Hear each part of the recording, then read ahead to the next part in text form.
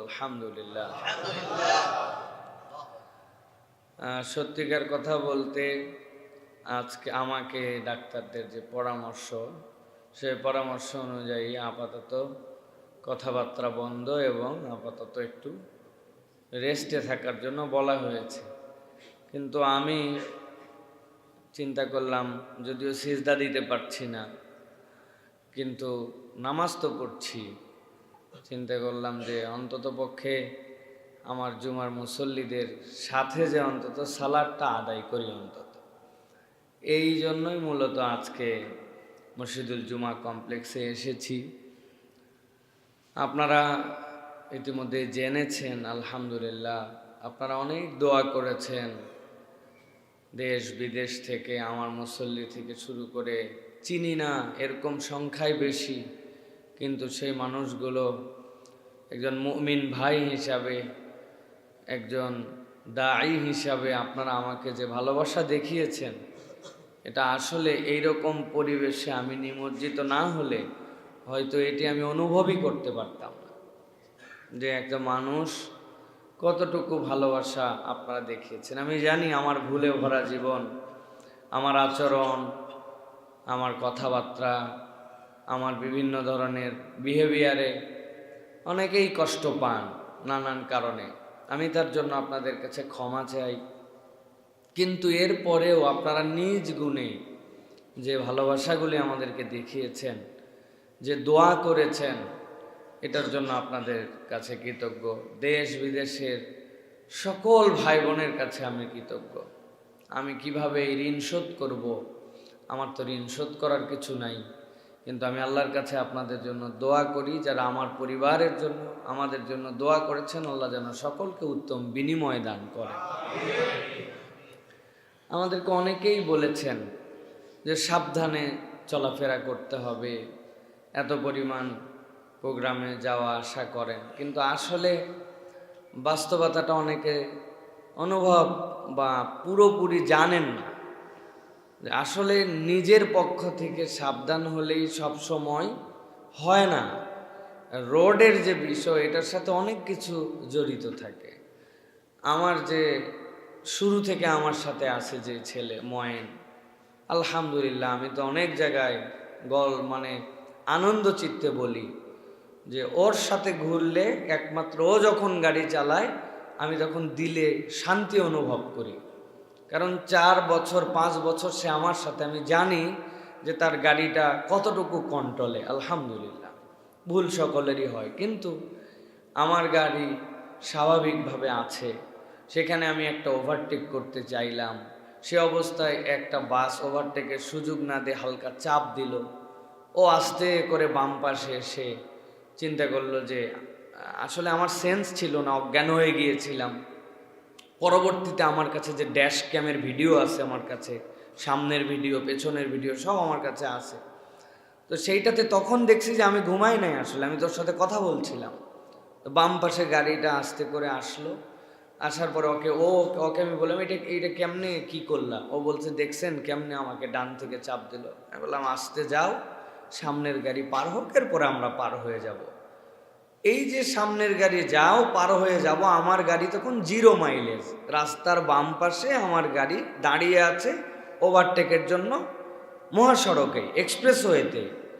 ইতিমধ্যেই 4-5 সেকেন্ডের মধ্যে 100-120 মাইল বেগে, কিলোমিটার বেগে পেছন থেকে এসে ধাম করে মেরে দিল।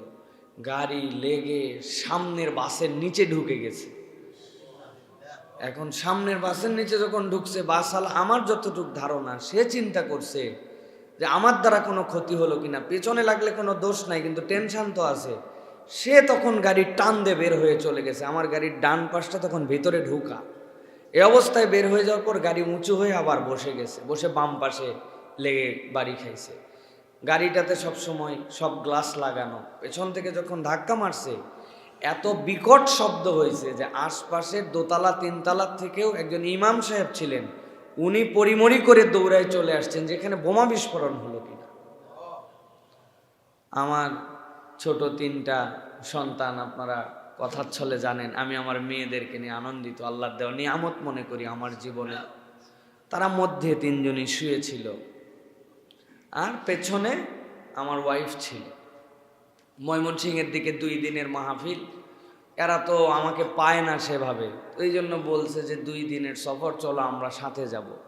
তো মাহফিল আলাদের বাড়িতে গেলে আমরা গেলে স্বাভাবিক, কিন্তু ফ্যামিলি নিয়ে গেলে অনেক বিষয় থাকে। কিন্তু মহব্বতের কিছু মানুষ আছেন যাদেরকে আগে বলছি, ওনারা খুশি। সেখান থেকে সফর করে আমরা আসতেছি। এই 3 বাচ্চার রবিবারে স্কুল, মা মধ্যে শোয়াইতে পিছনে বসছে। আমরা এখনো হিসাব মিলাতে পারি নাই। গাড়িটার আপনারা যে ভিডিও দেখছেন, ছবি দেখছেন আপনারা 60%, মূল গাড়ি দেখলে আপনি এখনো 100% দেখতে পান নাই যে গাড়িটার কি হয়েছে। কিন্তু আল্লাহ রাব্বুল আলামিন কিভাবে কেমনে রক্ষা করলেন, এই জন্যই আল্লাহর একটা নাম হচ্ছে ইন্নাল্লাহ আলা কুল্লি শাইইন কাদির। আল্লাহ যা ইচ্ছা তাই করতে পারেন, এটার নজির আমি নিজের চোখে দেখছি। বাথরুম থেকে বেরিয়েছে অজু করার পরে হাত এরকম করে, আমরা কনুয়ের পানি থাকে না, এই পানি আমাদের এক পরিচিত বাথরুমের সামনে পড়ে গেছে, অল্প একটু কনুয়ের পানি, নিজের পানি নিজে ফেলছে, ফেলে খেয়াল করে নাই, মুছছে, পা মুছে সামনে গেছে, পিছলায় পড়ে গেছে। পিছলায় পড়ে এই নখ 3টা ভাঙছে আর এই পিছনের এই হাড্ডি ভাঙছে। 1 বছর পঙ্গু হাসপাতালে, নিজের অজুর 3 ফোঁটা পানির নিজের বাড়িতে পিছলায় পড়ে। আর এইরকম 100 মাইল বেগে মারার পরে, সামনে পিছনে মুচড়ানোর পরে আল্লাহ রাব্বুল আলামিন এই যে 6টা মানুষকে নিখুঁত করে বের করছেন। ওইখানকার মানুষরা আসছে যে ভাই লাশ কয়টা বের করা হয়েছে আর কয়টা বের করা হয়নি। তখন দোকানদাররা বলতেছে লাশ কোথায়, এই যে ইনারাই তো ভিতরে ছিল, উনারা মাথায় হাত দিয়ে বসে পড়ছে। আল্লাহ রাব্বুল আলামিন যে দয়া করছেন, এটা আসলে আমি সব সময় শুধু একটাই কথা ভাবতেছি, কি করলে আমার আল্লাহকে আমি খুশি করতে পারবো। লোকজন অনেকে আমার সাথে দেখা করতে আসছেন, অনেকে ভালোবাসা দিছেন।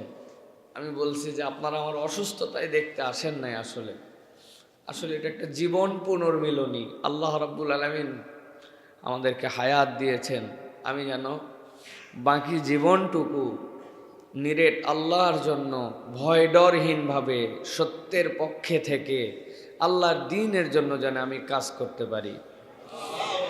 আর আল্লাহ রাব্বুল আলামিন যেন আমাকে শাহাদাতের মৃত্যু নসিব করেন। এইটুকুই আপনাদের কাছে আরজি দোয়া। সাথে সাথে বলবো